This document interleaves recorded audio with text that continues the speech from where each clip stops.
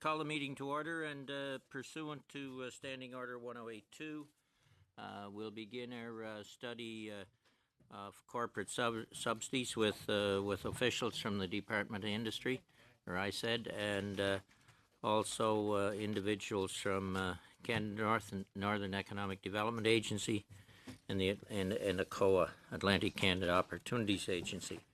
And I believe Mr. Davies, you've opening remarks, and then we'll go to questions from members, I gather, unless there's somebody else wants to add remarks with you. Go ahead, Mr. Davies. Thank you, Mr. Chair, honorable members. C'est un plaisir de vous adresser la parole aujourd'hui. We are pleased to be here before your committee today. As we all know, Canada is operating in a global economy that is facing increasing uncertainty. Mental sustainability, aging demographics, and an incredible pace of technological change are just some of the factors that make the job of supporting growth very challenging. En observant les politiques mises en place ailleurs, a considered view of the policies in other jurisdictions suggests that microeconomic conditions at the firm and industry level need a focused approach, building on strong macroeconomic fundamentals of sound monetary and fiscal policy and competitive general tax rates. For business innovation requires modernization to generate greater impact and allow for the flexibility needed to succeed in the challenging global innovation race. C'est la ligne directrice du. This is the policy direction that the government has been pursuing through the Innovation and Skills Plan. Our department has led and implemented new initiatives under an innovation agenda to create better jobs, spur cutting-edge technologies, and support a culture of innovation across all sectors. Our department led a broad engagement with Canadians to understand the challenges and drivers of innovation. Ce que nous avons entendu grâce à. What we heard throughout this process was that there were 3 areas where government could make a difference. Canadians, with the skills they need to succeed in the innovation economy, both in terms of developing talent within Canada and attracting and retaining global talent. Second was to support technologies by building world-leading clusters, establishing business innovation partnerships, and enhancing science excellence. Enfin, il s'agit d'appuyer les entreprises et d'y investir. And finally, to support and invest in companies to help them scale up and become leaders in global markets. To align policy work on where Canada needed to make changes to improve Canada's innovation performance.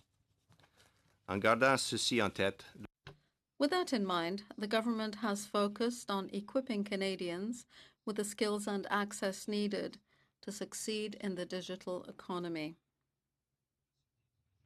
CanCode, Computers for Schools, and Connect to Innovate are just a few of the programs supporting that. Support was provided to MyTax to create 10,000 paid internships annually so it could help Canadian students to better prepare for the STEM jobs of tomorrow and bring new talent to Canada. To respond to the critical talent needs of Canada's high-tech sector, our department helped support the creation of the global talent stream of the Global Skills Strategy, making it easier for companies to recruit in-demand workers from around the world. Monsieur le Président, afin de... Mr. Chairman, to make the most out of the skills and talent base, it was recognized early on that government needed to play a convener role in bringing the players together. Successful innovation ecosystem, and the evidence supported that we had to improve our rate of collaboration between large and small firms, researchers, and other players in the innovation ecosystem. So through the Innovation Superclusters initiative, we are building ecosystems that will bridge the gaps from science to commercialization, to investment to scale up, to help Canada grow and compete on the world stage. Les petites entreprises ont tout particulièrement. Smaller businesses in particular have been a key focus of these measures. This initiative, anchor companies are bringing SMEs into large supply chains, further strengthening the backbone of Canada's economy. Further, in support of SMEs, we studied other jurisdictions and found that when the government acts as a first customer, startups flourish and more innovative products are developed.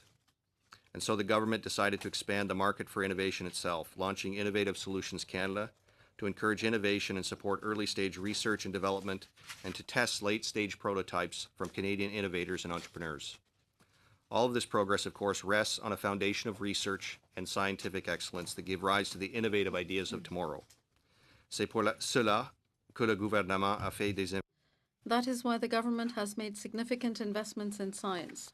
Scientific research is leading to new products and improvements to existing ones, and is generating the talent and new ideas that find their way into companies, jobs, and economic growth.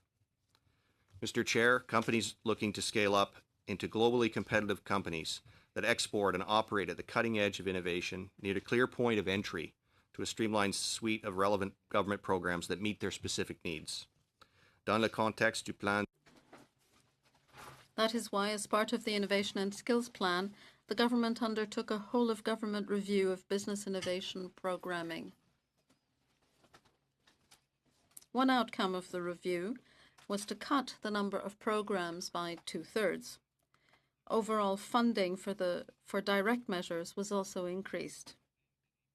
And to make it easier for SMEs and high-growth firms to navigate these programs, we created the Innovation Canada platform. Canada's innovators and entrepreneurs to find the federal, provincial, and territorial programs that will help them grow and innovate. Nous avons également amélioré les services. We have also improved services for early-stage innovators and high-growth firms by doubling the number of innovation advisors. Officials, these innovation advisors offer the Accelerated Growth Service, a whole-of-government advisory service delivered directly in boardrooms, stores, and plants in communities across Canada. Another of the key outcomes of this review was the creation of a streamlined business innovation program in our department. It is called the Strategic Innovation Fund. Companies grow and strengthen Canada's position in industries like automotive, aerospace, clean tech, digital technologies, and life sciences. Of course, accessing venture capital has been a persistent challenge for many Canadian firms that are ready to take the next step. C'est la raison d'être l'initiative de Catalyst. That is the reasoning behind the $450 million Venture Capital Catalyst initiative, which makes that all-important late-stage capital more accessible.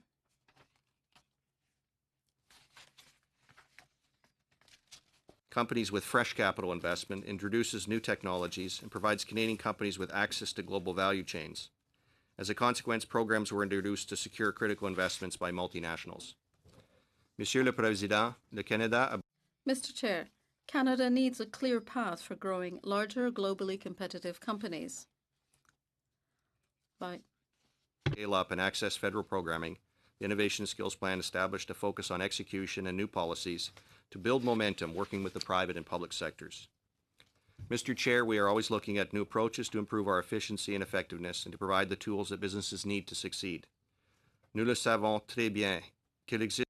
We know that there is no one answer and that it is important to debate and to assess what is the right approach for Canada. Supporting businesses plays a part in pursuing long-term prosperity. Merci, Monsieur le Président.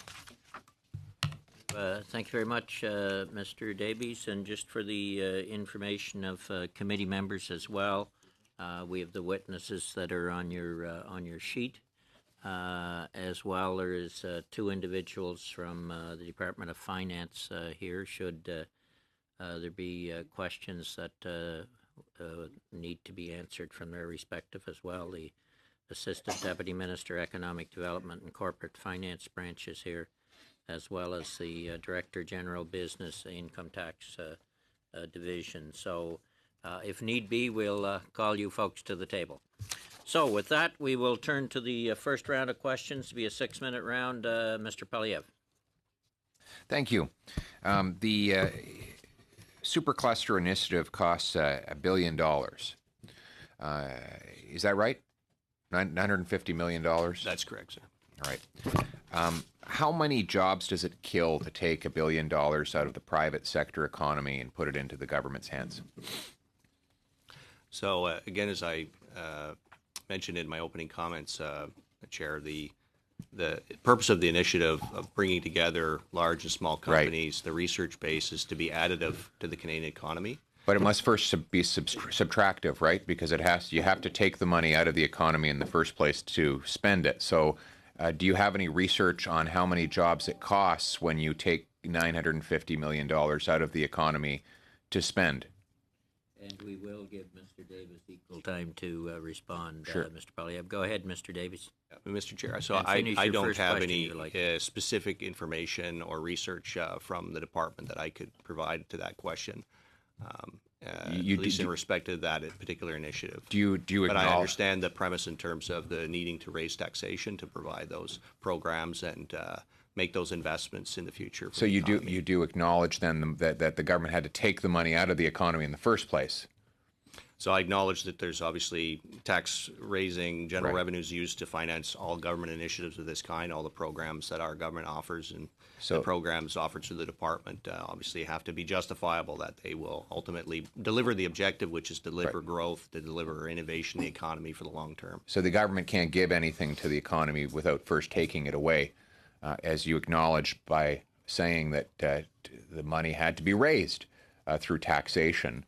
Now that means 950 million fewer dollars for the small businesses who had to pay the taxes so that your department could spend them. How is it possible for your department to do a cost-benefit analysis of this program if you don't know the real cost to the people who paid the bills?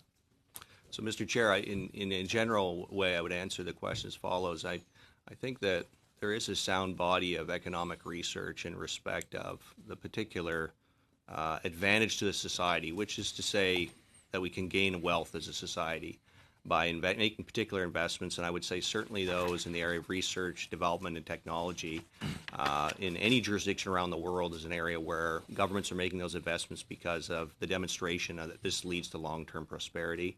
Right. We also sit, of course, next to our nearest and important trade partner, which also deploys massive resources to support research and development, which ultimately does accrue itself to benefit firms, but then overall provides support to the economy. So Right. there It's is just- research to demonstrate that that is a sound investment. There's no doubt that investment creates wealth, but let's remember that you've subtracted $950 million of private sector investment when you took that money out of the economy in the first place. There's, as you point out, the government needed to tax that $950 million. That means that those are dollars that private firms will no longer invest in innovation, in capital acquisitions, and other things. And why do you think your department is better at investing other people's money than those people would be at investing it themselves?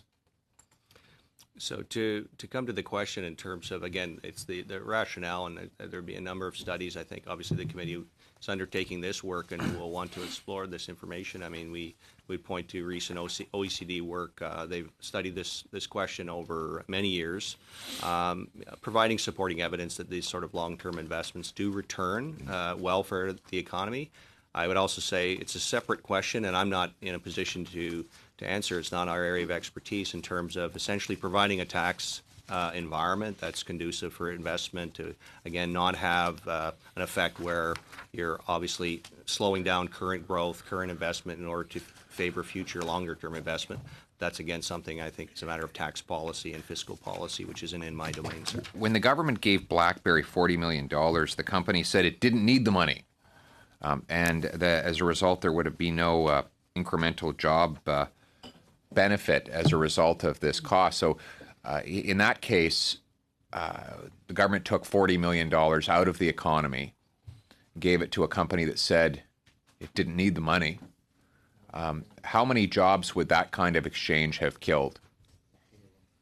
So I'll ask my colleague if there's time to provide details on the benefits that are associated with the investment in BlackBerry QNX, which I'll just put the context. This is an investment that isn't available at any time around the world. It's really a turning point in automotive, that we're investing now in this country in the future technologies that will underpin mobility and transportation, of which BlackBerry is a very key company. Under the question of need, I think, the CEO said what the CEO said. He also said in the same news conference that the department was a very, very strong negotiator in the process to secure the benefits that we did. Actually, quite an unexpected acknowledgement, not planned. He made that point. And I also think the question of need is a question of nuance. There's no CEO that would say if they have a balance sheet with cash on it that they need it in that way, but it doesn't mean it cannot accelerate or it doesn't secure that investment in our jurisdiction, which is really our concern, is to see that done here versus done elsewhere, because it's quite integral in what we see now around QNX and BlackBerry, which is actually just sort of west of us in Ottawa, is a whole ecosystem. Ford Motor Company sit there, Delphi, a number of companies are building up around that. So we think it actually has a spillover to the overall economy. Okay, thank you both, and we'll let it bring you in a little later if we can, Ms. Johnson. Mr. Fraser. Thank you very much, Mr. Chair. I'll start by tackling just an issue that you raised in your opening remarks, where you said the microeconomic concerns sometimes at the firm level need a focused approach in addition to a competitive environment at the macroeconomic level. In the first few years as a member of Parliament in the last Parliament, I sat on the Status of Women Committee, and during a study on the sort of economic inequities in Canada that exist, the lack of access to capital and lack of a network for women entrepreneurs in particular was signaled as something that's stifling growth. I wanted to see if you could offer comment on the women's entrepreneurship strategy to showcase how we might be tackling this issue to create wealth in the economy from a relatively untapped source, which is women entrepreneurs. Yeah, thank you, Mr. Chair, for the question. So the government introduced a women entrepreneurship strategy aimed at this very objective, which is to have more inclusion, more participation in being able to create growth in the economy and address specific circumstances faced by women in securing capital, securing support for their businesses. And so there's significant financing in support of that. It's not in my direct care or responsibility, but I know there's been resources dedicated. There's also many initiatives that have sprung from that. Canada now, along with the UK, is working on international standards in regards to lending, in regards to women entrepreneurs, to create new standards for overall the business in general, to make that issue a thing of the past, to bring more people into growth, more people into inclusion, be able to bring forward untapped potential in the economy. If I can pivot to our guest from ACOA, I know during the opening remarks of Mr. Davies, he mentioned sort of the Superclusters initiative to help bridge the gap between science and commercialization, is I think the way you framed it. In Atlantic Canada, we benefited from the Atlantic Innovation Fund, which serves a similar purpose. I can think of one investment in my own backyard at St. FX University with Dr. Risk's Flux Lab, which has led to the commercialization of a technology that detects gas leaks in energy infrastructure. It can reduce emissions by up to 20% and, of course, increase production by that amount because they're not losing it into the atmosphere. I'm curious if you can highlight other examples in the Atlantic region where this particular fund has actually translated the incredible research taking place at our universities into jobs in the Canadian economy. Sure. Thank you for the question. So I'll let my colleague talk a little bit about the examples, but I think it's important to point out the Innovation Fund, which the member refers to. The agency invests about in the neighborhood of $30 to $40 million a year, depending on the year, and it isn't projects exactly like that, largely partnerships between research institutions like universities and the private sector. Mm-hmm. When the innovation review happened that my colleague mentioned earlier, and there was a reduction of innovation programs, the Atlantic Innovation Fund was in fact one of the programs that was retained by government, recognizing the impacts that it has in Atlantic Canada. Did you want to speak to some? And a couple of examples, Verafin, which would probably be a familiar firm, they just received the largest venture capital investment of any firm in Canada, was an early client of AIF and repaid all that money. Ocean Nutrition's another example of a major manufacturer in Atlantic Canada that has really grown up and made a substantial economic impact resulting from the benefits of research with institutions and commercial companies. Excellent. Do I have time for an additional question? Oh, perfect. The Innovative Communities Fund through ACOA is one that I see the benefits of daily. One of the things that I really appreciate about it is that it helps individuals or groups sometimes take part in an economy by strengthening their communities that may not otherwise be able to. I'm thinking of the CACL investment or the farmers market in the community of Antigonish. The CACL project is enabling adults with intellectual disabilities to actually take part in the economy by being employed in a commercial kitchen or a small manufacturing facility. The farmers market investment is helping small producers now not only take their product to market, but potentially get their products online to sell to a bigger market. Can you talk about how this Innovative Communities Fund is actually able to allow folks to take part in the economy at a scale they may not otherwise have been able to? Sure. So the Innovative Communities Fund is, as the name may imply, is a program that's targeted at communities. Again, the agency invests in the neighborhood of $40 million a year. It's largely targeted at rural communities, so outside of what we consider to be the major urban centers in Atlantic Canada. And it works with community groups to do everything like the kinds of projects that the member mentioned that allows, in the examples that he used around a farmer's market, where it allows farmers to bring their products to sale, but also local community infrastructure that can help support local tourism and domestic tourism activities, can help an area for community groups to take advantage of the assets that they have in their community to try to do something with it. Is there any additional time? 20-second question your way. Sure thing.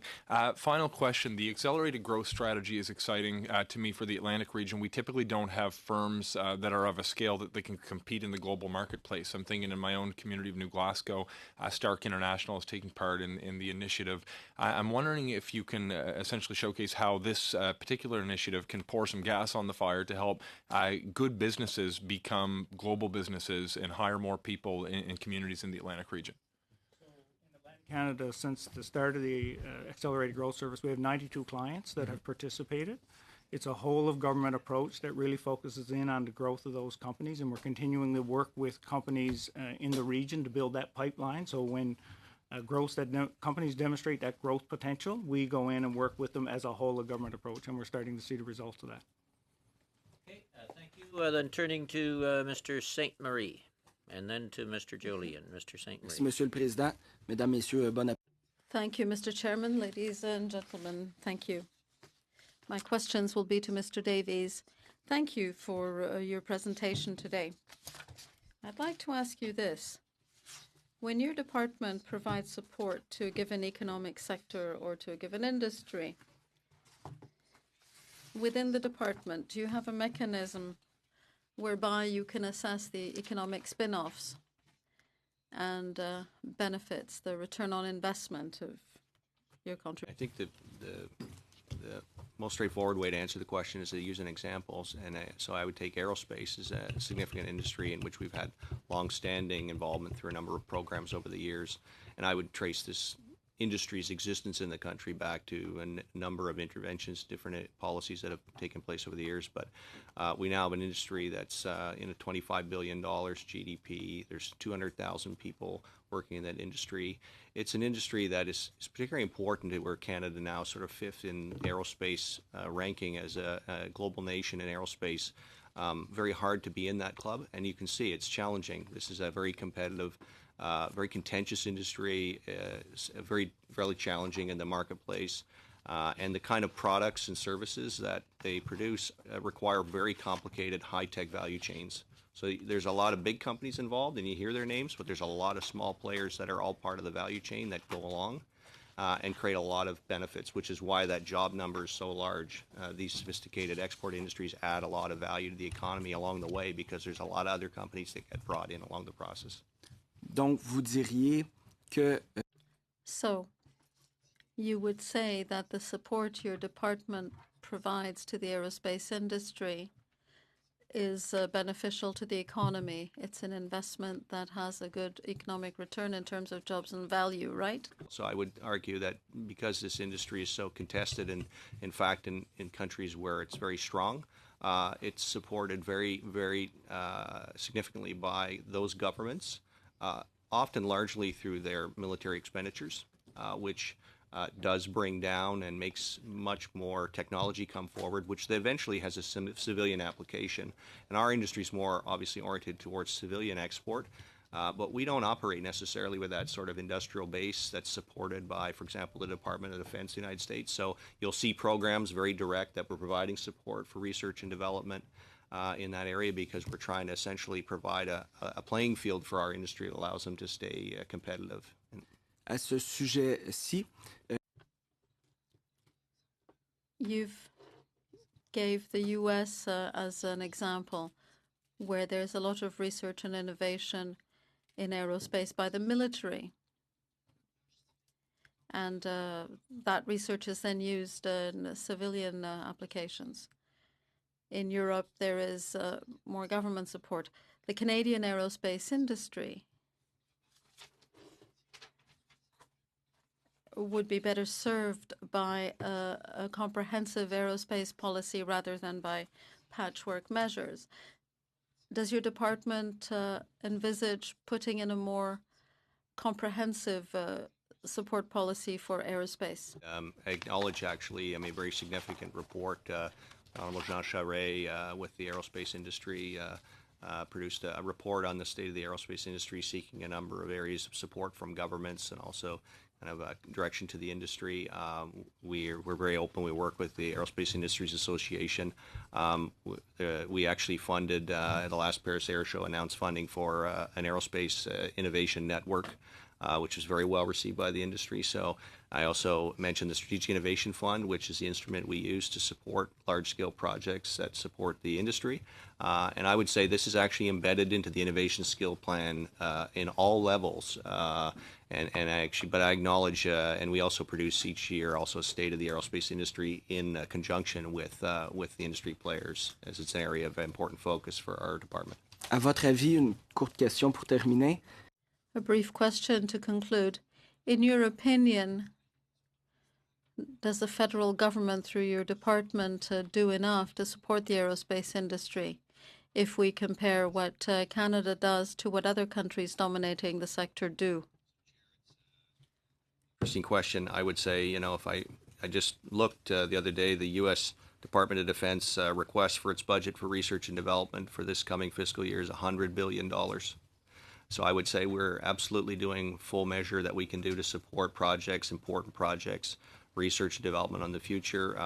And also we're working with an industry that, in fact, is undergoing a very significant restructuring.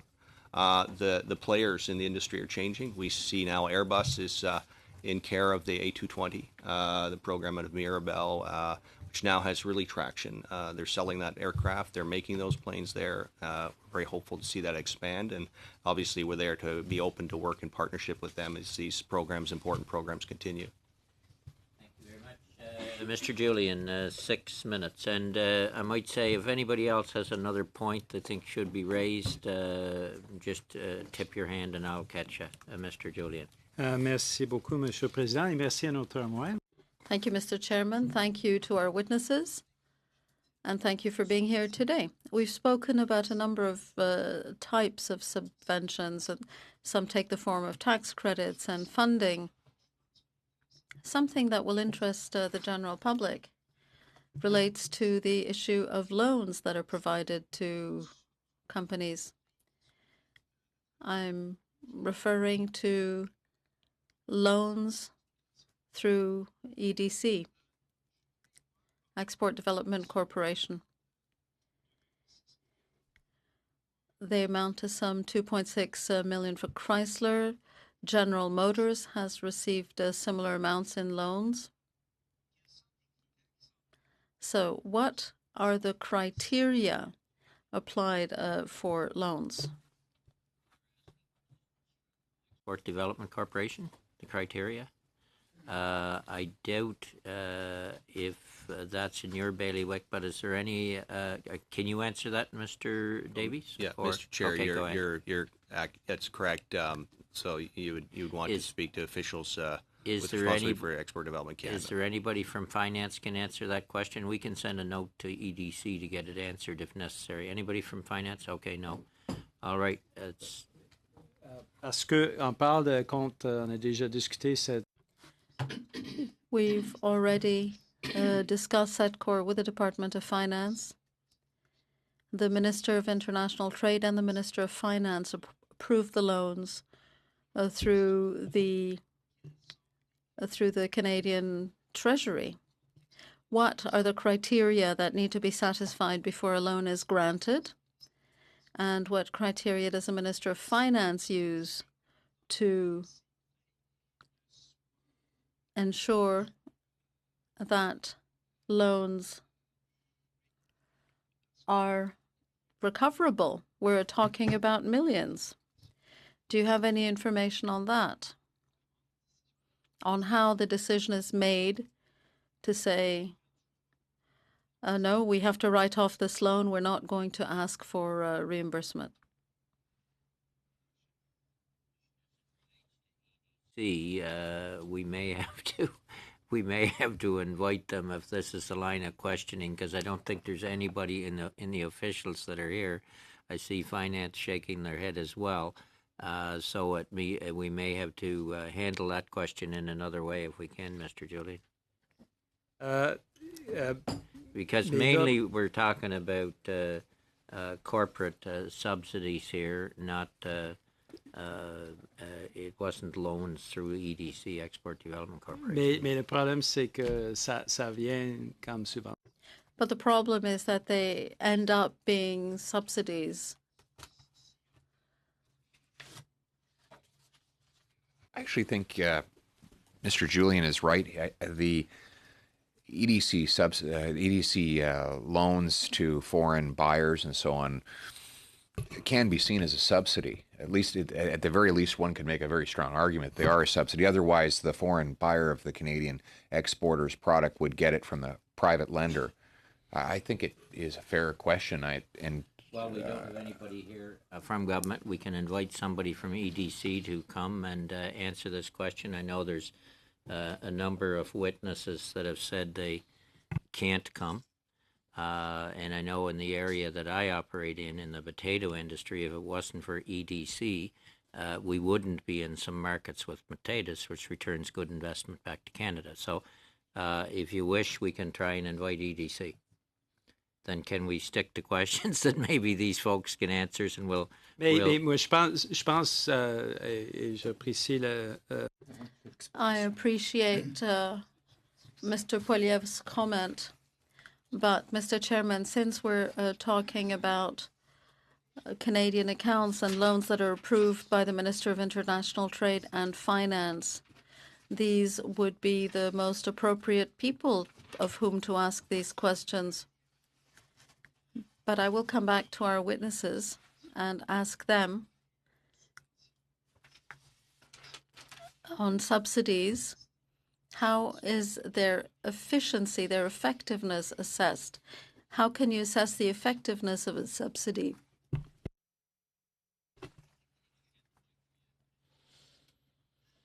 An example is strategic innovation funds. So when we get an application that comes in, we assess it from the public economic and innovation benefits. And so if we determine that those are high, then that project moves forward.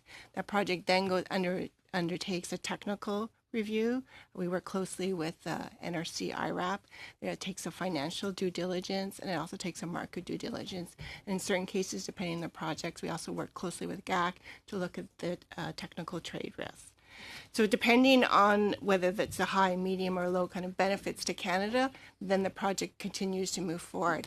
If is moving forward in terms of a high benefit to Canada, then we start the negotiations with the applicant on the obligations required. So that can include the number of jobs, that include the number of co-ops, the amount of R&D collaborations, GHG reduction, so it depends on the project, but those are the type of benefits to Canada that we negotiate. So that's kind of the project flow as we look at the criteria for assessing these type of projects. non, mais parce qu'on a trois témoins. I would like to hear the other witnesses too. So I can speak for ACOA. So when we do a contribution, or a payable contribution to a client, very similar to what Andrea pointed out, is first of all, we look at the application to see is it eligible for the criteria of our particular programming. So that looks at economic benefit to in our case, our region, but ultimately to Canada. We look at the capacity of the firm or the entrepreneur to deliver on that project. We look at market opportunities. Depending on the nature of the project, we would also consult experts, outside expertise. It may be scientific or technical experts on the value of the project. So that's the kind of assessment that would be made to see, is there actually potential benefit that will come out of that project before a funding decision is made. And then you, again, would enter into the negotiation with the client in terms of the repayment terms, talking about jobs created and that kind of thing. Be very similar. Peter? Okay. You want Ms. Bust? Yeah. Okay. Thank you very much. So Cannor goes through a similar process. We do targeted expressions of interest for our funding, aligned with our pan-territorial growth strategy, which originates in the north, and we look at the project outcomes, the biggest economic impact for Northerners from the particular projects that we're looking at, how they'll enhance the ability of Northern communities and businesses to take advantage of economic opportunities, benefits to multiple participants in the Northern economy, how the project may address regional challenges, the level of funding from other stakeholders for the project that's available, and the potential for the project. I think primarily our important thing is to enhance the Northern economy. Okay, thank you all. Turning to 5-minute rounds, Mr. Cooper. Great. Thank you, Mr. Chair, and thank you to the officials for being here. Last year, Mr. Davies, last year, Minister Baines stated that under the Strategic Innovation Fund, a little more than $1 billion had been paid out to various companies across Canada, 46 projects, 56,000 jobs. The problem with that statement, as it turned out, according to access to information data, is that a number was not true, that instead of 56,000 jobs created, a little more than 6,600 jobs had been created. So the minister's statement of 56,000 was 10 times of the number of jobs created. And that was as of March 31st, 2019. So could you provide an update as to how many jobs have been created under the Strategic Innovation Fund? So that number that you referred to, the 6,000, was based on an ATIP on a subset of data, so it does not compile all of the SIP's jobs and created. As of now, there are 65 projects announced and approved under the Strategic Innovation Fund with the SIF contributions of over $2 billion. We've leveraged industry investments of $43 billion. We've created over 60,000 jobs created and maintained, We've ensured that there's been $9 billion in R&D commitments. We ensured that there are over 9,800 co-op and training opportunities from these projects. And in terms of clean tech projects, we've got reduction of GHG emissions of at least 8 million tons of GHG emissions. So I just repeat, how many jobs have been created under the So these fund? are negotiated agreements, and now the projects are starting to unroll. And as we do the semi-annual reporting, we'll have a tracking system on the jobs. So you don't have a figure of more than $1 billion These are just 10-year projects. So I understand that for 10-year projects, but my question is, more than $1 billion have been paid out, and I'm asking you very simply, how many jobs have been created to date? The minister had a number, it turned out to be the wrong number. Well, just there's jobs created and maintained. These are the ones that we are tracking. So how many have been created? Again, the projects are just commencing. Okay. Now, Just hold on for a sec. Did you not say, though, in your remarks, a number of jobs created and maintained? Yes. Did you not have 60,000? What was the number? 67,000. 67,000 created and maintained. Correct. or maintained. And maintained. And maintained. Yeah. Okay, Mr. Cooper. So now, is it true that under the fund that of the funds that are allotted, they can be repayable or non-repayable? Yeah. And so of the more than $1 billion that have been paid out, how much is repayable? So it depends on the contribution. So if it's a non-repayable in the sense of if there's a significant public spillover benefit. It's repayable if it's a project where the company is looking for non-dilutive patient capital. Each one depends on the project, and we start and I appreciate that, but again, the question was simply the $1 billion or so that has been paid out. How much can Canadian taxpayers expect to see repaid? I don't need but the details you're providing. I'm asking a very specific question about a number, and I'm asking you to give it to me. So, you're asking me under the Strategic Innovation Fund? That's right. Right. So I don't have the list of projects that are repayable or non-repayable, and again, they would not could be you in provide? Could you provide a list? We would be more than happy to provide that list. My understanding is it's only $566.4 million of $1.05 billion that have been paid out. I don't have that number with me, but we'd be happy to provide the list. And at this committee, when Minister Morneau appeared, I asked him a question about the $372 million loan that had been paid to Bombardier with respect to the C-Series. Bombardier took that $372 million, moved the jobs overseas, moved the IP overseas, and I asked the minister very simply, when would that loan be repaid? He didn't have an answer. Might you? Yeah, Mr. Chair. I think Mr. Davies, and we're at a time, but Mr. Davies alluded to this earlier in terms of the C-Series, I think it was, or the that is being made in Montreal. Am I correct in that? I'd love to give a clarification, but obviously if the time is go ahead. exhausted. Go ahead. Yeah, I just clarified. So the position of the department is the funding provided for the C-Series development will be repaid over time. I'll make that statement. The second statement is Bombardier is current in respect of any repayments that it does do. Over time, and but third, the question is when. Third, this is a long-term endeavor. The aircraft, so you don't the C-Series, you can't provide is now over any date. Sorry, there is no date.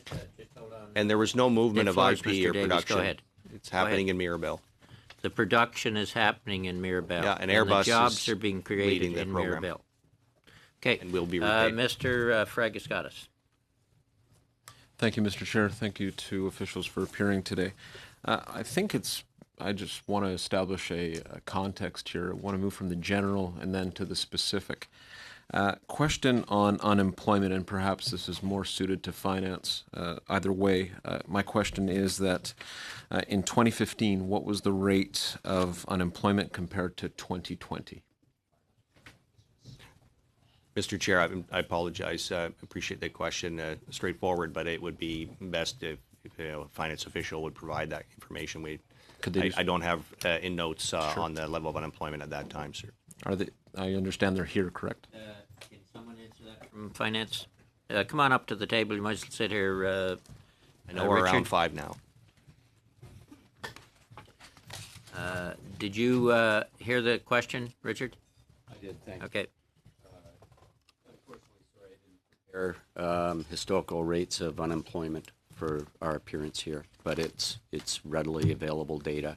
Could you tell us what the unemployment rate is today?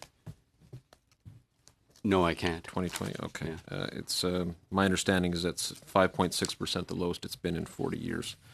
I'm going to ask a question on debt to GDP ratio. Quite honestly, I didn't prepare to bring that data to the discussion on business subsidies. If you could, as I say, I think it's important to have a context for understanding the discussion, which is economic and economically focused, but there's some big picture issues that I think ought to inform the discussion. If you could provide data that lets us know what unemployment was at from 2015 and where it is now, along with the debt to GDP ratio, where that ranks, where Canada ranks in the wider G7 on that measure, and the number of people that have been lifted out of poverty since 2015. I think that would help the committee from a big picture perspective in terms of establishing context. I think there's also another important question to be asked here, and it's been hinted at, but we haven't delved into it in a very direct way. If some around the table, Mr. Poliev opened up questioning and Mr. Cooper followed, question the philosophy behind investing in, when governments take the decision to invest in business was actually curious, Mr. Chair, because in 2008, the then conservative government invested $350 million into Bombardier. But I leave that aside, and maybe my colleagues would care to offer an explanation at a later time. But the question in my mind is not why governments invest. They certainly do make the decision to invest. What would happen if governments did not invest? I think that's a crucial question. And Ms. Johnson, you just cited figures under SIF. You said that 60,000 jobs have been created or maintained. That's the projection, at least. Is that correct? That's the number we negotiated in the contribution agreement. Now, that's a high-level figure. The issue of BlackBerry was raised earlier by my friend. And it's good to get into specifics on the micro.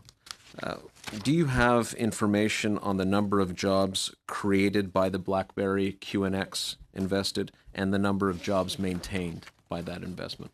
I do. Okay.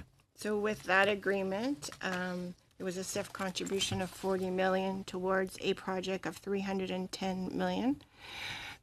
Under the contribution agreement, BlackBerry QNX committed to maintaining 293 jobs and creating 807 jobs, as well as supporting 1,000 co-op terms. It is also increasing QNX Canadian research development spending by a total of $350 million, and will be supporting an additional $5 million R&D collaboration. Okay, we're talking about 1,000 people that are going to benefit as a result of that investment in the region of southwestern Ontario where I come from. And can you actually get into, because I think there might be a misunderstanding that suggests this is only about capital expenditures, that there are not other outcomes here, beneficial outcomes like R&D, the expansion of firms, they're scaling up. This is part of the principle that guides investment, correct? Correct. Okay. Okay. We look at not only funding the R&D commercialization or the scaling up in a manufacturing facility, but we also look at the economic benefit to Canada and the public benefit to Canada. Okay. Mr. Morantz. Chair, thank you for being here. Given that all taxpayers fund these programs, which I think we all acknowledge, when I look at the breakdown of the money being handed out from the Strategic Innovation Fund, it's troubling when I see, for example, my home province of Manitoba having the second lowest per capita funding from the Strategic Innovation Fund. Not only this, it is less than half of the national average. Manitoba, it's $21.91 per capita. For example, Ontario is $62.25. It appears that the Liberals are not only picking through this program which industries are winners and losers, but also which provinces are winners and losers. Why is it that Manitoba is not getting its fair share of these grant and contribution monies? So it is true that there are not, I'll just step back. When we get the projects, we actually assess them and we look at them from a portfolio approach. And we do look at it from a regional perspective as well as a sectoral perspective. We have some, the projects. But what is the reason, though?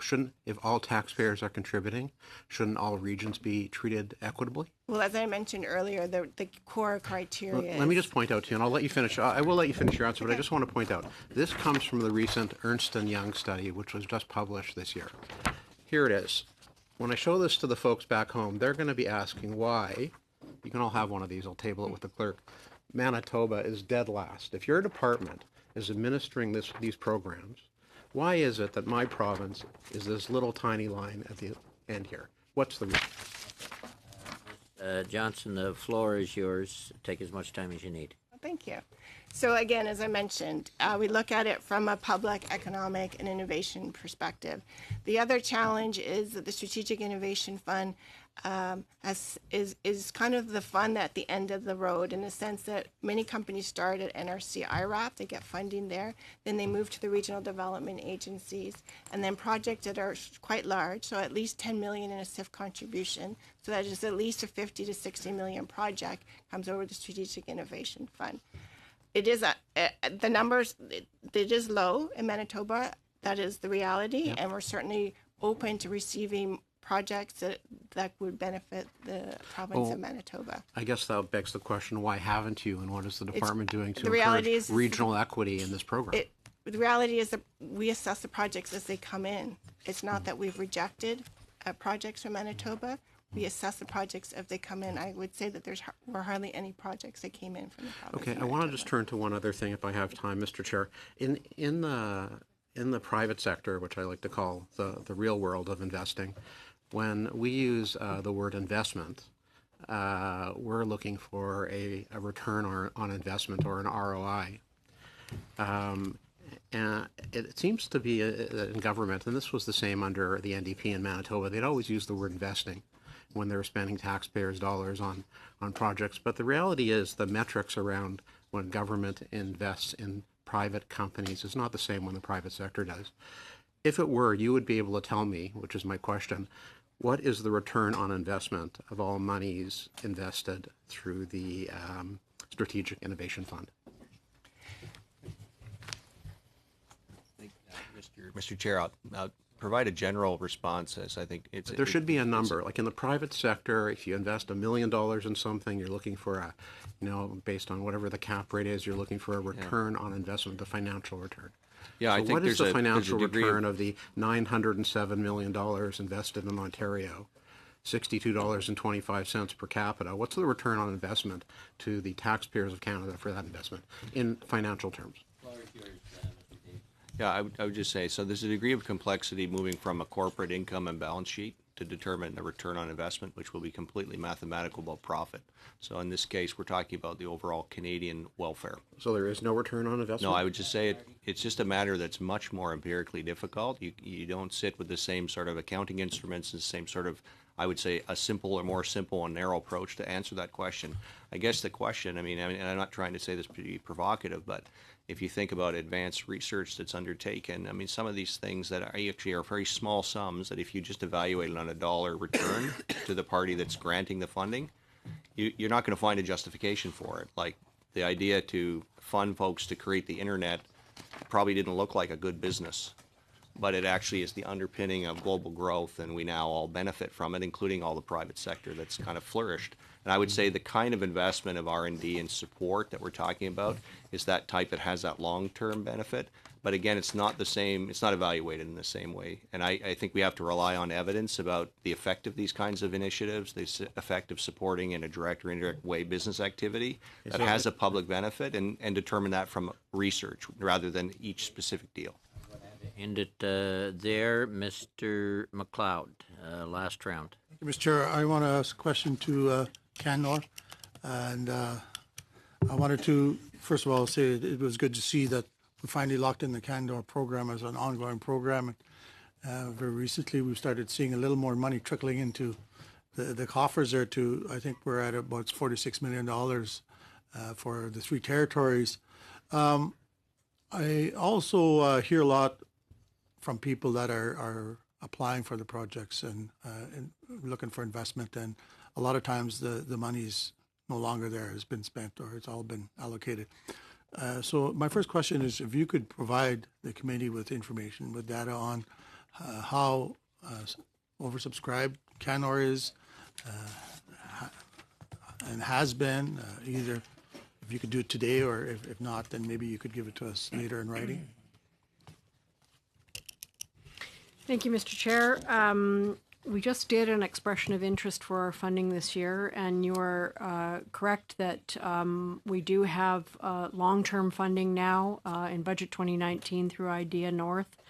Canor's funds available to fund projects are about $46 million and ongoing. And we have a number of different funds. We have the IDEA North flagship program.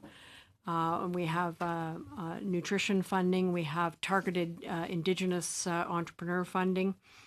This year's expression of interest, which was formed around our pan-territorial growth strategy, which was a Made in the North solution that went after 4 particular areas that Northerners identified as areas that need attention for building the economy. And those were infrastructure, resource development, innovation, and diversification and skills. And in this year's expression of interest, we received 325 project concepts with a total funding request of $225 million. 46% of those were submitted by Indigenous organizations, and 52% of projects were submitted by for-profit entities. That is a huge success for Canor to have that kind of request. Now, we still have to go through the vetting process. Not all of those would end up being eligible, but that, I think, answers the question, Mr. Chair, of the oversubscription for our particular regional development agency. Thank you for that. I also wanted to ask, how is the effectiveness of the agency's grants and contributions evaluated? What are the performance indicators that are used to measure program outcomes? We go through some regular evaluations, and as I mentioned earlier, Mr. Chair, we talk about the way in which we evaluate the applications that come in to us. We also do evaluations of the success of our funding.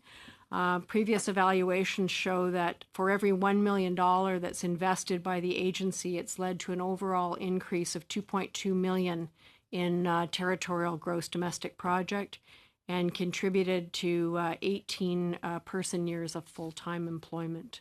So we do have some burgeoning statistics about how successful our funding is in terms of contributing to the northern economies. Time for another one, Michael. I wanted to point out, and I'm sure you know this, that doing business in the north is a lot different from doing business in the south. It's a lot more expensive. Can you just quickly tell us what your agency is doing to support economic growth and diversification in both our regional centers and also in our smaller communities? Sure. Since 2015, Mr. Chair, Canor has approved $170.9 million in funding for 388 projects across all three territories, resulting in the creation of 1,500 jobs.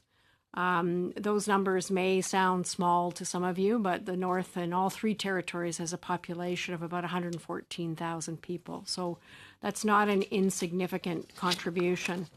And in your territory alone, in the Northwest Territories, we've sponsored 90 projects worth $45 million. We still have significant challenges to overcome. For example, the decline of mining in the Northwest Territories and exploration.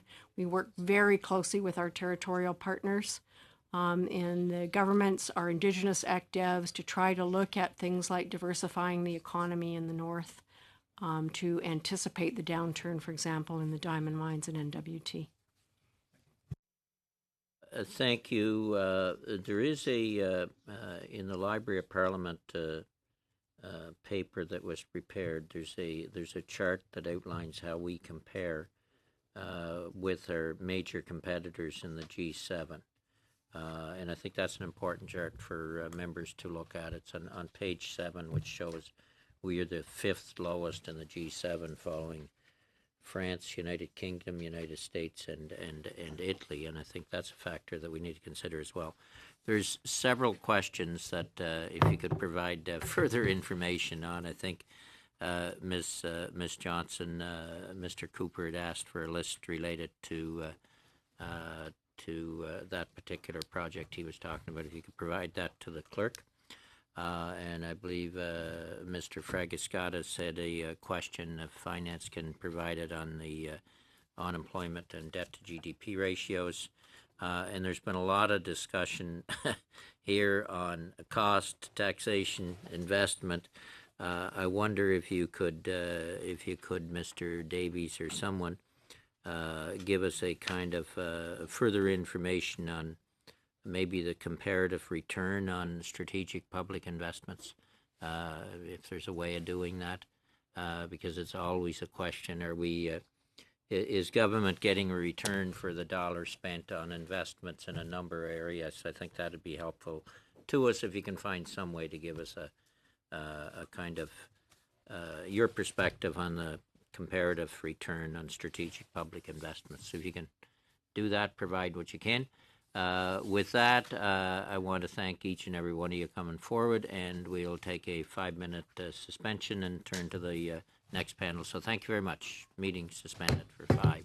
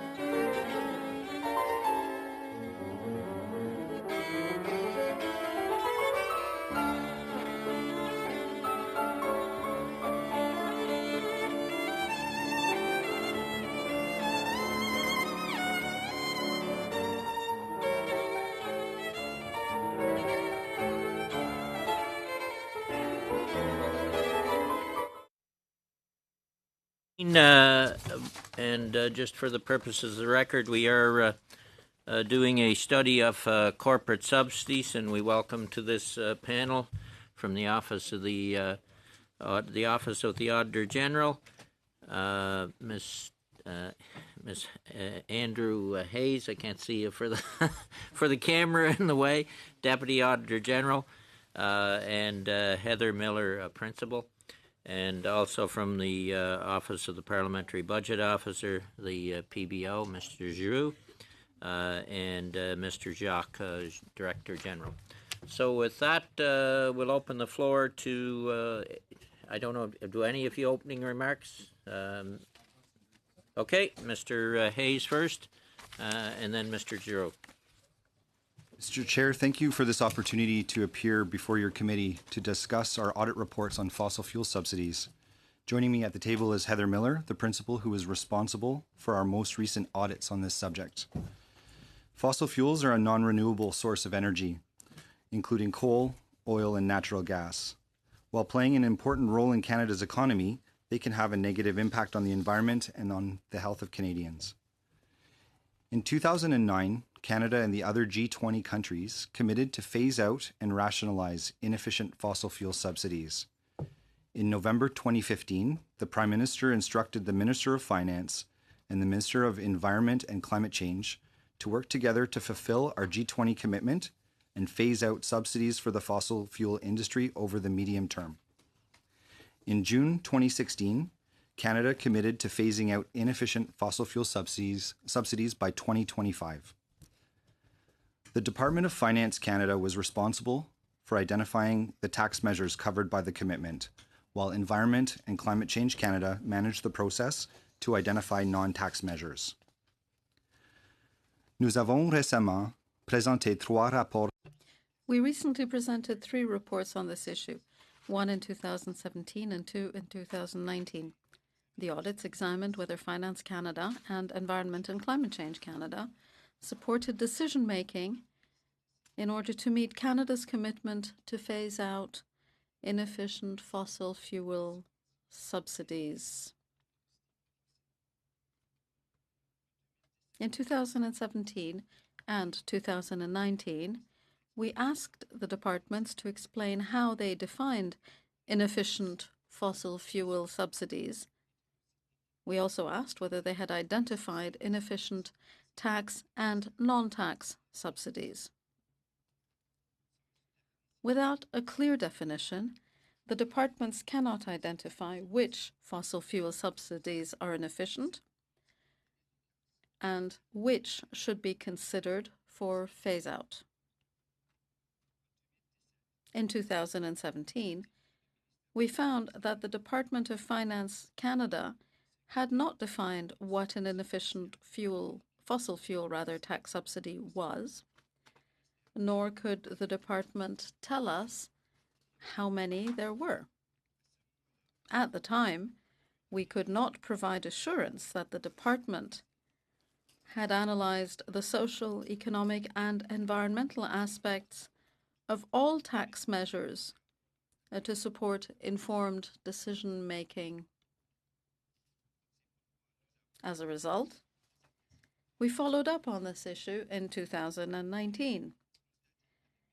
We found that the Department of Finance Canada did not have a clear and meaningful definition of inefficient or of an inefficient subsidy. We also found that although some tax subsidies for fossil fuels had been eliminated, the department's assessment focused almost exclusively on fiscal and economic considerations.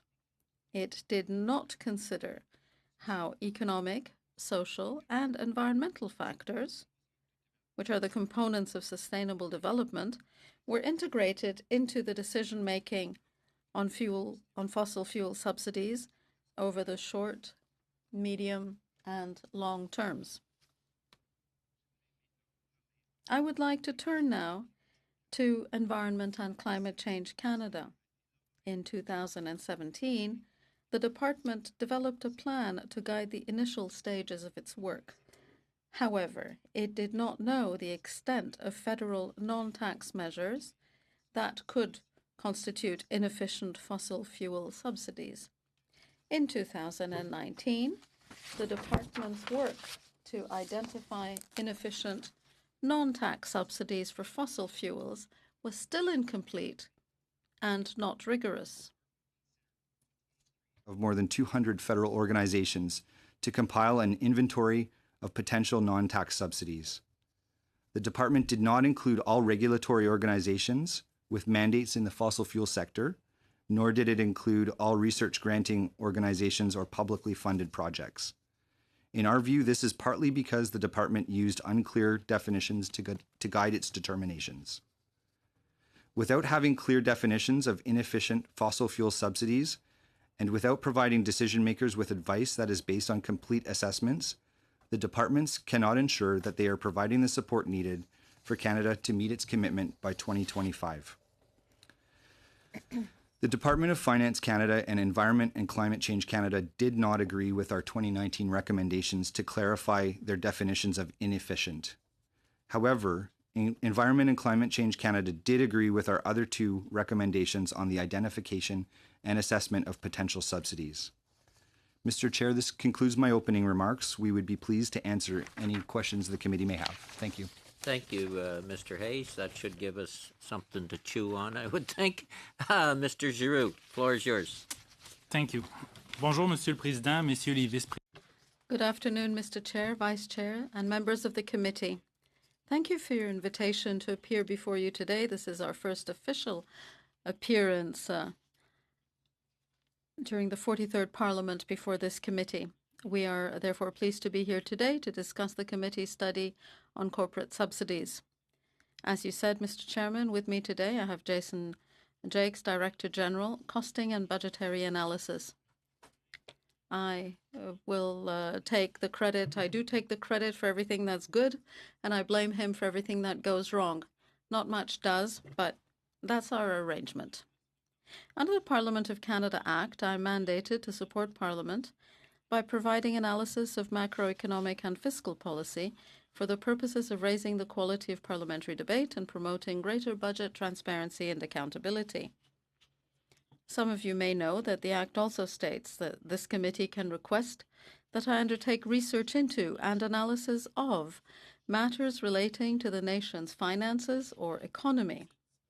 The special legislative provision is available only to the four committees listed in the Act, which, in addition to this committee, include the Standing Committee on National Finance of the Senate, the Standing Committee on Public Accounts of the House of Commons, and the Standing Committee on Government Operations and Estimates of the House of Commons. Benefited from this legislative provision by passing a motion to engage my office to prepare a regular economic and fiscal outlook.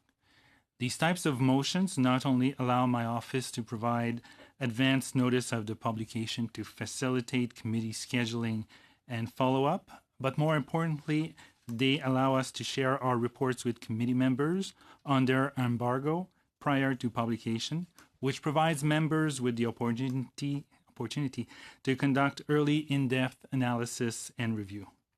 Jason and I will be pleased to discuss any suggestions you may have regarding how my office can best serve and support the work of this committee for this study and throughout the 43rd Parliament.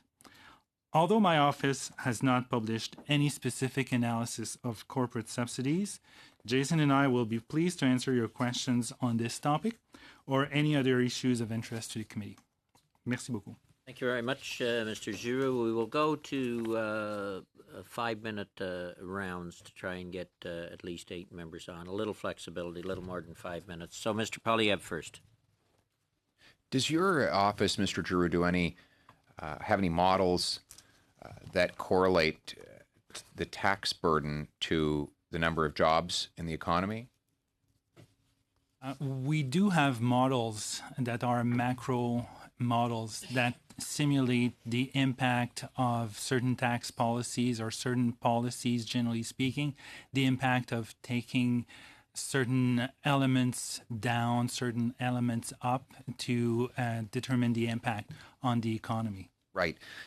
Can you tell us the total amount the Government of Canada spends on what is colloquially called corporate welfare? I don't have that number off the top of my head. Do you, Jason? I think the challenge that you pointed out by using the word colloquially is there is generally no set upon definition with respect to corporate welfare. Do you have any definition that you use? We would generally use support to businesses. Do you know what that number is? I don't.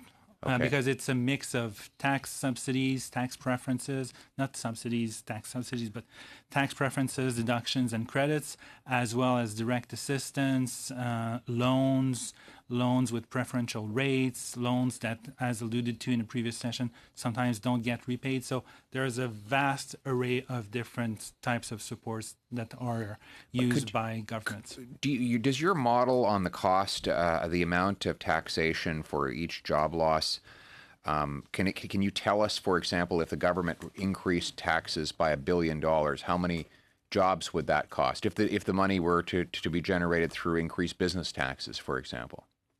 It's something that could probably be generated, but I don't have, obviously, that number off the top of my head. The reason I'm asking is that sometimes when the government gives these grants to companies, it does so as though the money is falling from the heavens rather than being raised out of the hands of workers and entrepreneurs in the real economy.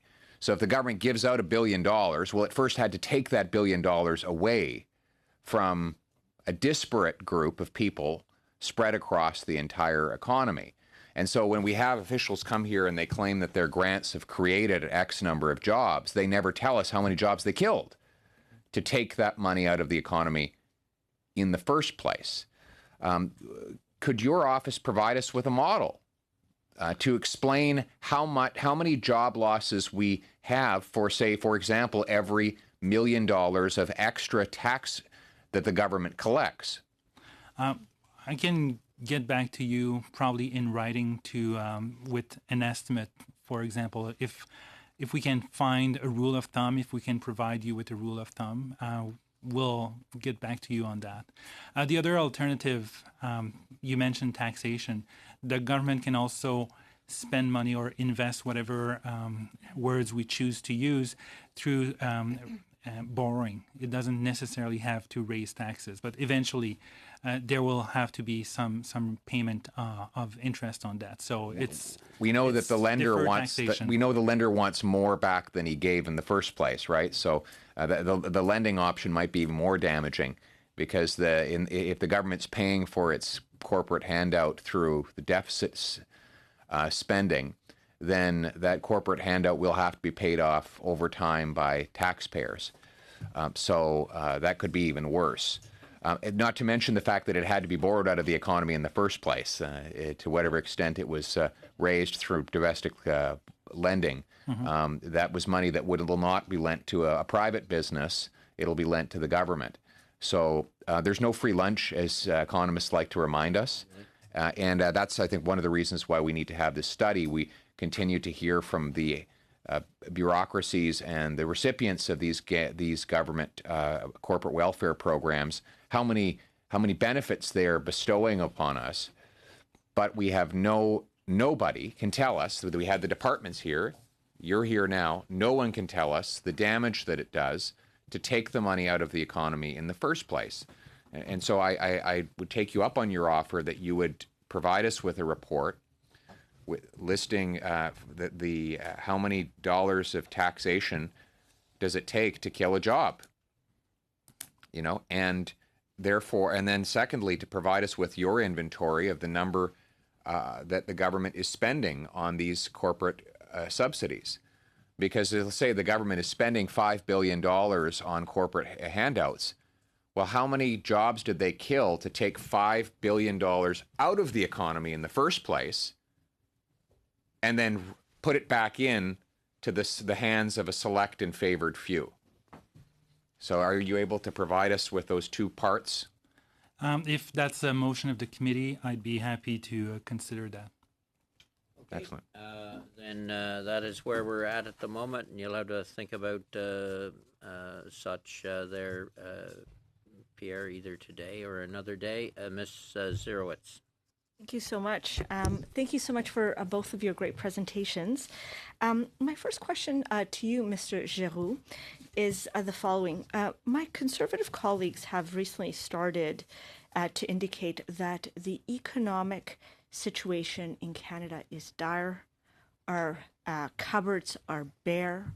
We have nothing left to sustain us in any type of a fiscal or emergency crisis that might befall us as we are now undergoing the coronavirus. You recently have put out, I believe, the Fiscal Sustainability Report 2020. Can you kindly describe the state of our current fiscal situation? The state of the economy first, because that was also the premise of your question. We have noticed that economic growth has slowed sharply in the last quarter of 2019, and we expect growth to be relatively modest in the first quarter, and that was before the oil price decline of recent days and the rail blockade. So we expect growth to be like barely positive in the first quarter of 2020. With respect to the Fiscal Sustainability Report, we have released a report earlier this year that takes a long-term perspective of government finances, provincial and federal.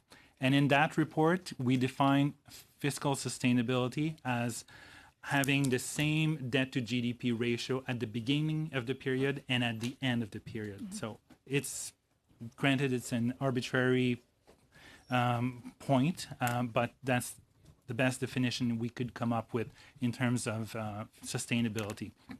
And that report shows that in the absence of any changes in policies, the federal government has fiscal sustainability, sustainability issues, so it's financially sustainable, and it has wiggle room to the tune of $41 billion to reduce taxes or increase spending or a combination of both. At the provincial level, it's a totally different story. In aggregate, provinces need to make adjustments of $6 billion, 6.6 if my memory serves me well, with different pictures depending on the provinces and territories. So some provinces are already sustainable through relatively high taxes that are matched with high spending in some cases, but taxes that match spending. Others are in more difficult financial situations for which there will need to be some adjustments over a 75-year horizon. That's important. And assuming status quo policies, which we know won't happen. So that's why we call these projections rather than forecasts, because we know one thing, this is not what will happen. There will be changes before that, for sure. And I think the reality is you make the best conclusions based on the information that you have right now. Exactly. I do note from your report, you said current fiscal policy at the federal level is sustainable over the long term. Yeah. I also want to acknowledge that you've indicated we have about $41 million wiggle room, which I think is great, and I think that's very helpful. Billion wiggle room, which is very helpful. That's even better. So I just want to put that out there. I wouldn't say that. I think that the reason you actually have that there is we have been saving for rainy days. I don't think that we want to be spending everything that is within our piggy bank. And I do think that maybe the coronavirus might be one of those things that we might be looking at. So I thank you for that. I want to turn my attention very quickly to Mr. Hayes, because I only have a minute left. Fossil fuel subsidies and their quick and urgent elimination is a top priority for Davenport residents, and that's the riding I'm very honored to represent. How do we get to a solution? Is it a matter of finance and environment sort of getting together and just sort of better defining inefficient and efficient subsidies, or is it that we need some external body to help us out? Thank you for the question. So I will start by saying that the government has eliminated a number of tax-based measures that we would call fossil fuel subsidies. Our concern moving forward, I would say, would largely be with the non-tax subsidies, with Environment and Climate Change Canada being the lead on that side of it. Our concern was that the analysis that they performed was not based on a strong definition, and they didn't include all of the agencies and departments that should be included in that analysis. So those would be the two starting points for that. Okay. Well, I appreciate I'm at my 5 minutes. Thank you. You're out of time. Mr. Gabriel, Mr. St. Marie. Merci, Monsieur le Président, Madame. Thank you, Mr. Chairman. Good afternoon, ladies and gentlemen. Your presence is much appreciated. A brief question for Mr. Giroux.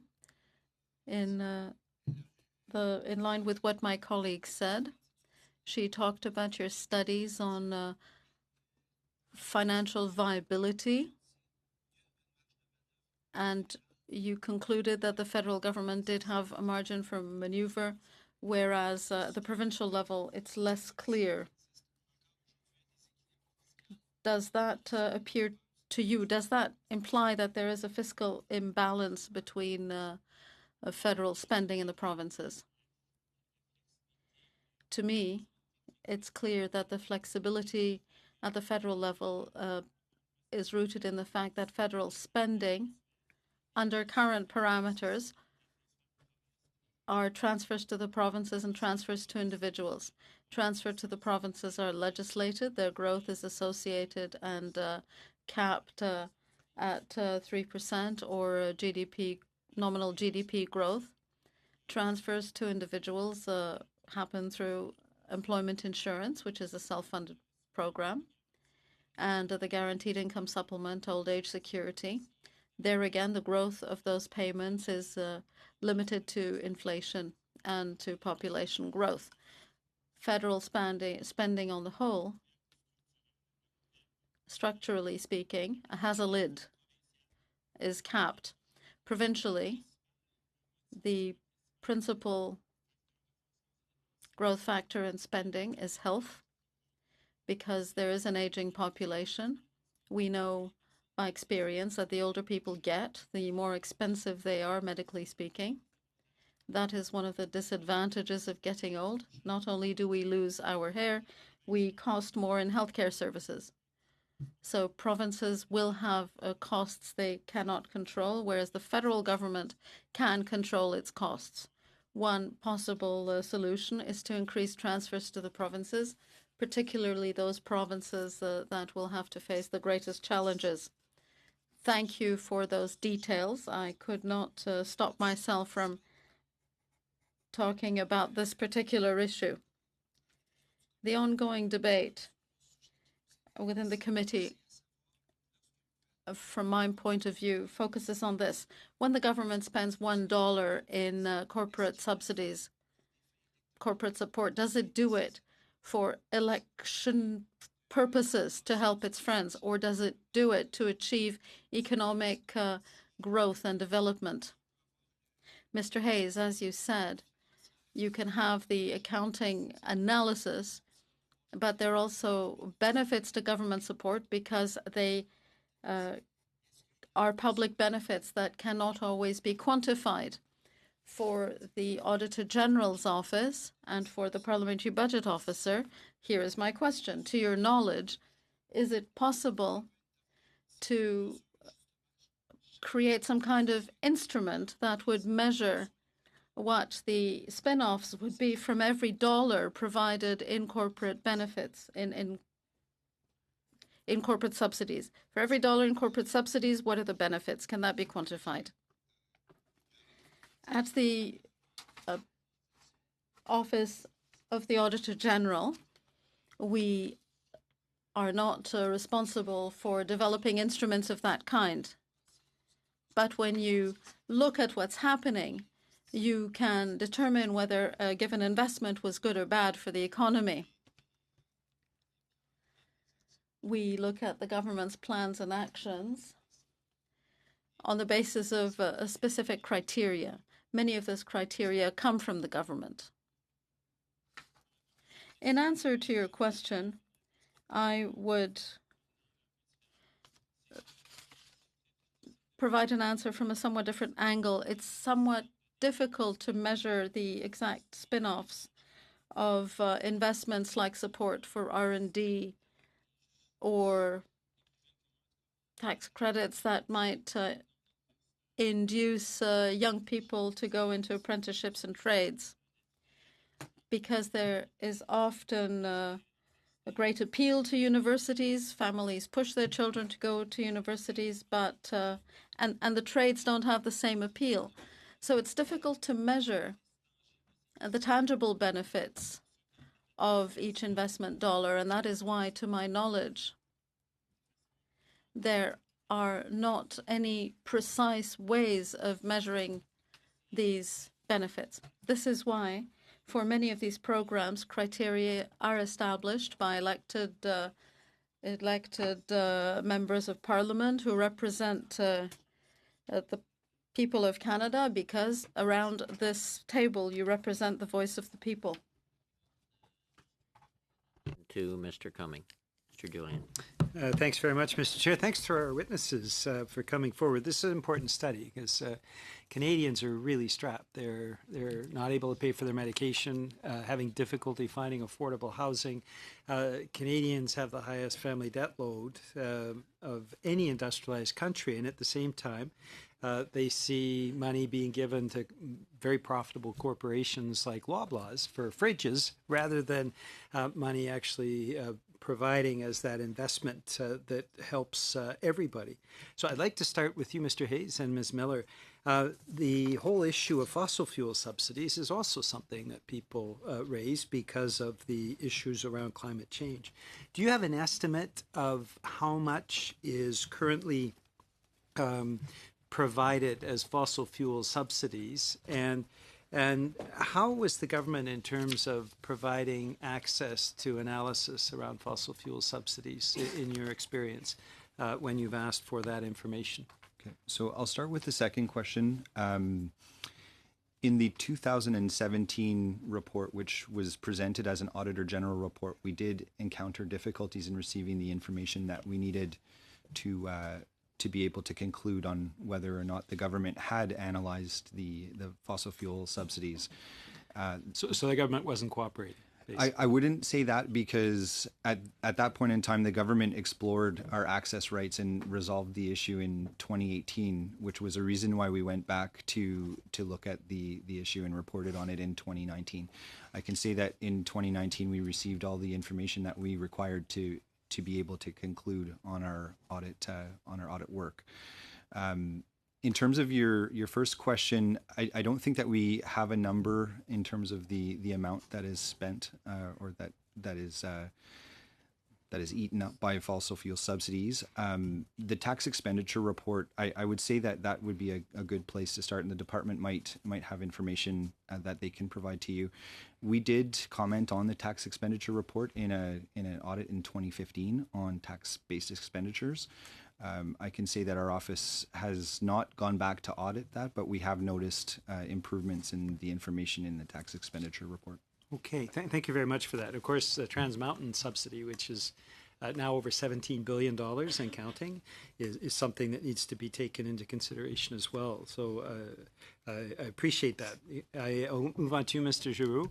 You're a hero to many of us across the country with that landmark report last year looking at the incredible impact, tens of billions of dollars of overseas tax havens. There have been very large loans that have been made to big profitable corporations. Often those loans are forgiven afterwards, and so Canadians see that as a massive subsidy when billions of dollars is given to a company and then they never have to pay it back. It raises the question to what extent the government is even evaluating how it is handing out money. You have indicated that you would accept guidance from this committee. Would the PBO be interested in doing a study on this loan forgiveness and other types of corporate subsidies, corporate welfare, if a majority vote at this committee directed you to do that? I was once told early in my career that what interests my boss becomes my passion. So if the committee has an interest in this type of work and passes a motion to that effect, we will certainly become very passionate with this issue. Yeah, so this is not something the PBO has tackled before, either the issue of massive loan forgiveness or other types of corporate welfare. It's something that we wanted to look at, especially the issue of loan forgiveness in the previous parliament, but we ran out of time. The election arrived as it was scheduled to arrive, but we never got to that part on our work plan. The issue of how loans get written off and the implications. So it was suggestions from a parliamentarian, and we thought it was very interesting, but we never got to that. So if we gave that direction from the Finance Committee, is it fair to say that the work plan is already in place? And would you be able to give us a sense of what the timelines would be for the PBO and what you would need from the Finance Committee in order to do that? Well, a motion would be very useful because that would take precedence over many other things in my work plan. And the more precise the parameters are, the more helpful it is for me to align the work of the office in the direction that will be what the committee wants to hear. So we can have discussions with the clerk of the committee and analysts of the committee to see what would be the best way forward in terms of specific parameters, and based on that, we can get back to you with timelines. Okay. Thank you. Before I go to Mr. Cummings, it was said rather quickly by Mr. Julian, but he basically said Trans Mountain is a subsidy. Do you consider the purchase of Trans Mountain a subsidy? I consider it the purchase of an asset. And I think we need to define this because we hear it from Mr. Julian quite often. Trans Mountain, the purchase is a subsidy. Is it not the purchase of an asset for certain purposes by the Government of Canada? Who are you asking, Mr. Chair? Whoever wants to answer. Both you can answer. I think if it's whoever wants to answer, nobody will answer. But I'll answer. I think it's the purchase of an asset at this time, but time will tell whether it's the purchase of a revenue-generating asset or a loss-making asset. So when we find out the resale value, because the government's intention has always been to sell it back to the private sector, if the government sells it for less than the price it did cost, it would have been an indirect subsidy. If the government can make a profit selling it to the private sector, then it would have been maybe a wise investment, but I'm not a betting man. I won't try to predict which way it will end. Okay, maybe my colleague has a better answer. I might just add one piece. I am also not a betting man, but we did mention in our 2019 report when we were looking at non-tax subsidies that although the purchase of the Trans Mountain pipeline was after our audit period, this would be the sort of I guess action that we would expect to see the Environment and Climate Change Canada at least consider in terms of their analysis. Okay. All right, then Mr. Cumming, and then over to Mr. McLeod. Thank you. Thank you for all the witnesses for being here today. Mr. Drew, I'll start with you, or Mr. Jacques, either can probably deal with this. We heard from other witnesses today and on some very specifics. For example, BlackBerry receiving money from the federal government towards subsidy of a larger program which they put capital into. And the argument was that in the work plan or the application that's put forward, that there would be retained jobs or add jobs. And it strikes me it would be difficult to determine, because the private sector had already put money into the project, that which was responsible for which, or did it really add that much value?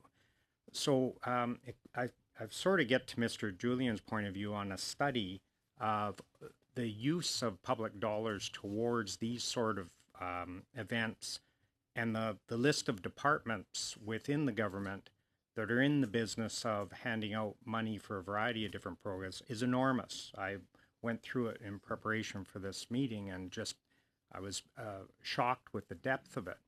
So within the study, would there be the opportunity to look at, we could look at the efficiency of those programs, and whether there's jobs created or whether the loans were repaid or the efficiency of that. But I want to come back to my colleague's observation that would there be a way to study if that capital was made available to the private sector through reduction in taxes or reduction in burden, and the potential job creation of having that money back in to the economy rather than picking companies or picking sectors, because it strikes me as incredibly dangerous. We've got a lot of small businesses that do not partake in any types of subsidies. They're just trying to make a living. And without having measurables or being able to figure out the efficiency of these programs, perhaps we'd be better off with just coming up with a tax strategy that creates investment and brings investment in. Any comments on that? Probably one general comment. Based on my general knowledge of businesses in the country, when you talk to entrepreneurs and business owners, what's your biggest irritant? They will always rank as the top two, and they will compete for top spot. Taxes and red tape. At least that I've seen, I've rarely seen the lack of government support or subsidies being in the top two. So maybe it's a policy choice, and maybe I'm venturing too close to the line of policy choice, but reducing taxes, if that's the trade-off to reduce subsidies, reduce taxes, and reduce red tape, based on what I've seen, it wouldn't seem out of line. That being said, there are very valid policy reasons why some subsidies are being provided. And you, as elected individuals, are in the best position to make these judgment calls. For example, the need to have a defense sector that is strong so that Canada does not rely on other countries to procure its weapons or defense sector. So there are a lot of considerations. That's what I'm trying to say.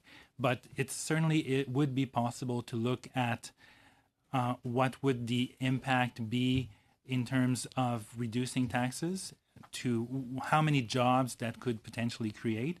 The part of the ledger that would be more difficult to determine is how many jobs would be lost if we took away all these subsidies to corporations, because it's very difficult to measure. And as you alluded to, sometimes it's job created, sometimes it's jobs maintained, and that's quite difficult to determine. Is it true? Is it 40, or is it just 2, or is it more than that? So evaluating these programs is very difficult. And again, I've given free range to Jason to kick me, but the table separates us, so he can't. But if he wants to add. You want to add anything, Jason? Okay, Mr. McLeod. Thank you, Mr. Chairman, and thank you to the presenters. I wanted to ask a question regarding the 2020 Fiscal Sustainability Report. I'm from the Northwest Territories, so my interest is in the North. In your Fiscal Sustainability Report 2020 that you tabled last month, on page 27, you determined that policy actions equivalent to 11.4% of territorial GDP is required for territories to achieve fiscal sustainability ranges. So given the limited tools that territorial governments have, what sort of actions could they take to address this gap? So unfortunately, there are not that many tools. It's either reduce spending, which would be very difficult considering the needs of populations in the north, or increase taxes, which is not a very palatable solution in many jurisdictions. So it's either that, a combination of that, or seeking additional transfers from the federal government. But the TFF, Territorial Formula Financing, is already quite generous compared to other transfer programs.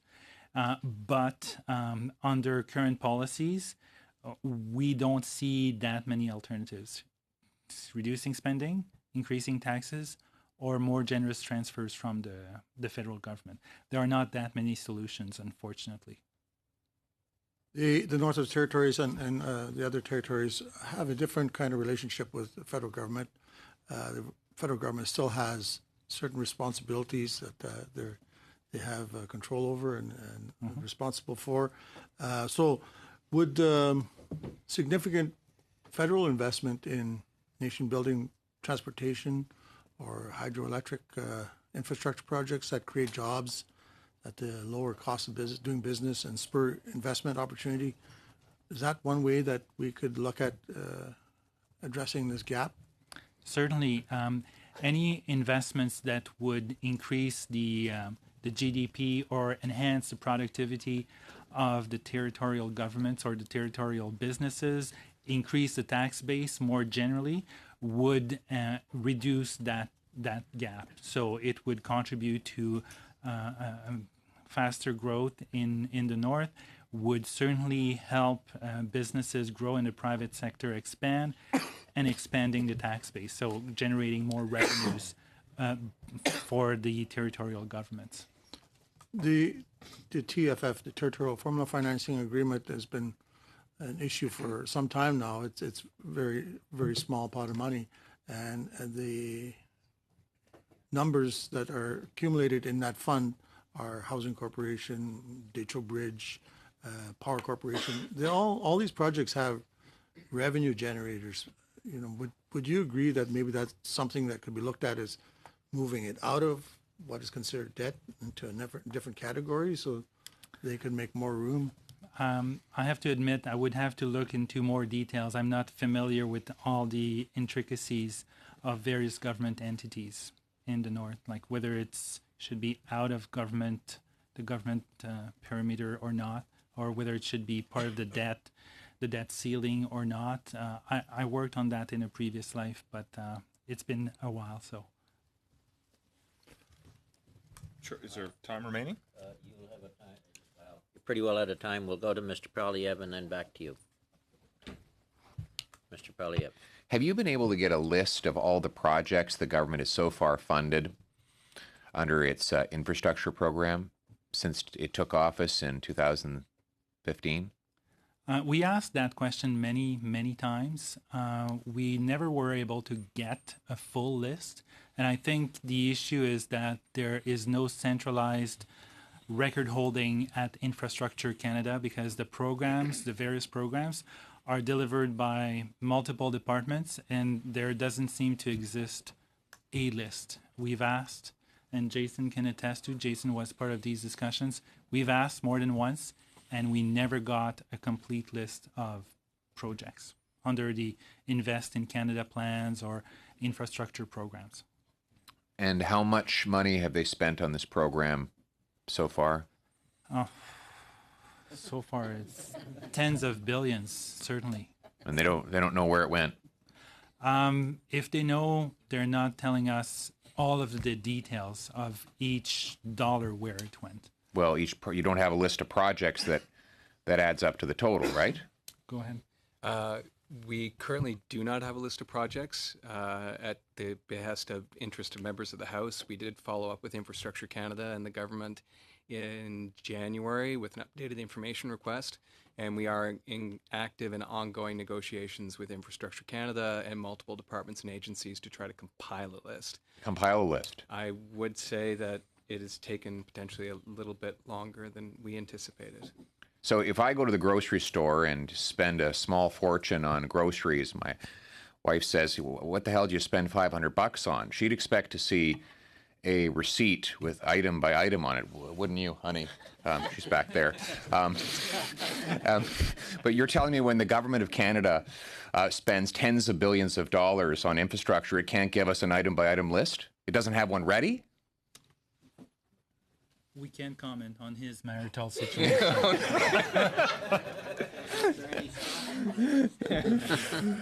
Anyway, listen, but back, can you comment on the government's list of projects? I mean, they spent tens of billions of dollars, they claim, on infrastructure, but you're telling me you've asked for a list of the projects, and so far no such list has been forthcoming.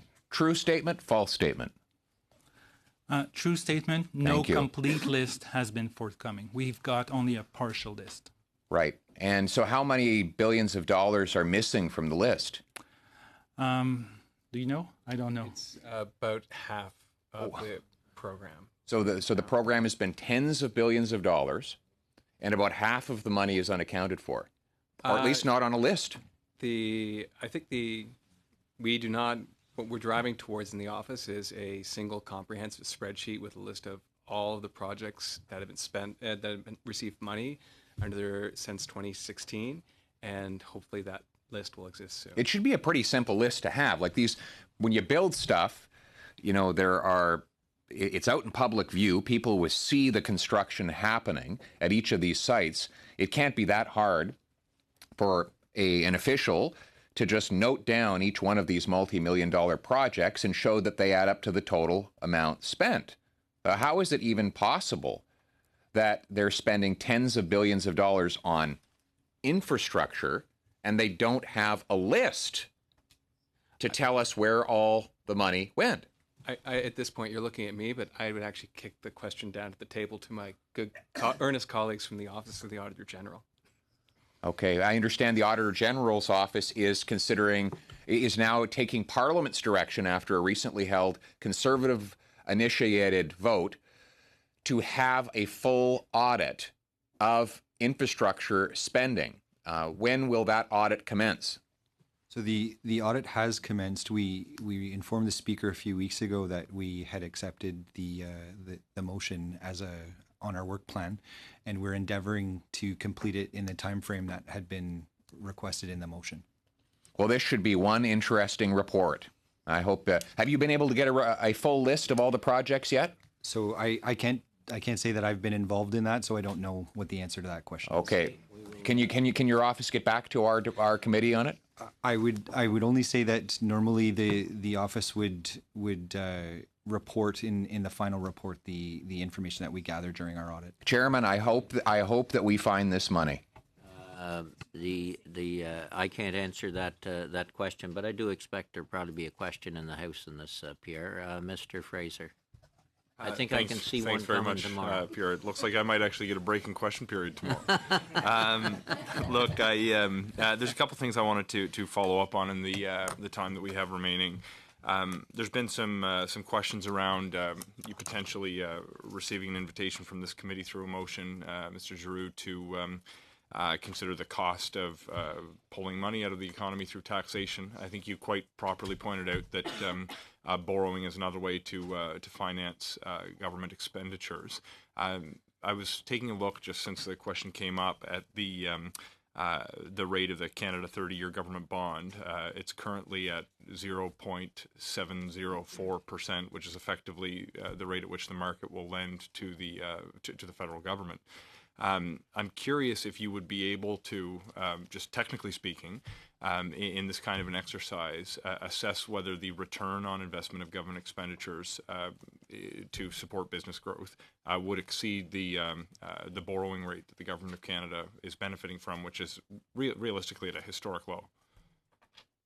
To answer that question, I'd have to have a specific programs and be able to look at one specific program, because as you know, there's a variety of programs certainly and that provide support to businesses. So they have different purposes and obviously different returns on investment. Technical perspective, though, if we said look at the Strategic Innovation Fund or the Atlantic Innovation Fund or so on, you would have the ability potentially to calculate what the return on the investment of those funds are. You did mention there'd be some difficulties in actually landing on the right figure, but is that something within your technical capacity? Yes, it depends on the quality of the data we would get from the department. Obviously, if we get data of poor quality or incomplete, it would not be possible to determine the benefits or the returns. But if we get good, solid data, it's something that we could do. And in your view, if the return on that investment was greater than the rate of borrowing, would it not make it a potentially sound investment to be looking at these kinds of programs? It depends what. Yeah, it depends on the return, the cost of borrowing that you're looking at. You have to look at the cost of borrowing over the lifespan of the program, when the program was first launched and so on. But it would have to be significantly higher than the cost of borrowing to take into consideration the impact of either taxation or the cost of setting up the program. There's admin costs, of course. So there would have to be these factors taken into consideration as well. Certainly. One final question in the 1 minute we have, just to build on a point made by Ms. Zarowitz. You indicated that there's essentially, I forget who used the phrase, wiggle room to the tune of $41 billion in the federal budget. Or federal sort of fiscal sustainability model that you've calculated. Can you describe that's an annual figure? Yep. So to the extent that we need to respond due to certain global challenges, I think obviously in the news, the dropping price of oil or the coronavirus are obviously getting a lot of attention. Is it your view that the federal government is in a healthy enough fiscal position to actually respond to challenges like this, given the $41 billion of annual wiggle room that you've pointed to in the recent report? I think the federal government has some capacity to respond to issues like that without becoming entering into a debt spiral that would see its debt burden as a result of GDP becoming out of control. But that assumes that there are no other demands being placed on the federal government directly. There's no other catastrophic events, that programs remain the same over a 75-year period. One final very quick question to cap this conversation off. Where do we actually compare to or where do we sit compared to our international partners? I'm thinking G7 countries or comparable economies in terms of our fiscal sustainability. In terms of debt to GDP ratio, fiscal sustainability, I don't know off the top of my head, but debt to GDP ratio, if memory serves me well, we're in the best third of the G7. So I think we're in good company with the Germans, and virtually everybody else is in a worse position than us when comparing debt to GDP ratio. Okay, thank you very much. Thank you. Just to the Auditor General, this wasn't a request, but it was a suggestion. Just want to remind you of it. You can pull it up maybe again. In the Finance Committee's December 2016 budget, there was a suggestion that the Auditor General conduct a complete audit of the sale and disposition of the assets of the Canadian Wheat Board since the Marketing Freedom for Grain Farmers Act received royal assent. There is a concern by producers out there that there's still somewhere around $300 million unaccounted for. So that's in our December report. It's not a request; it's a suggestion that was made by the committee. So you might want to pull that up and think about it. With that, we've had an interesting couple of hours. Thank all the members, and thank you very much for the witnesses for appearing. Meeting adjourned.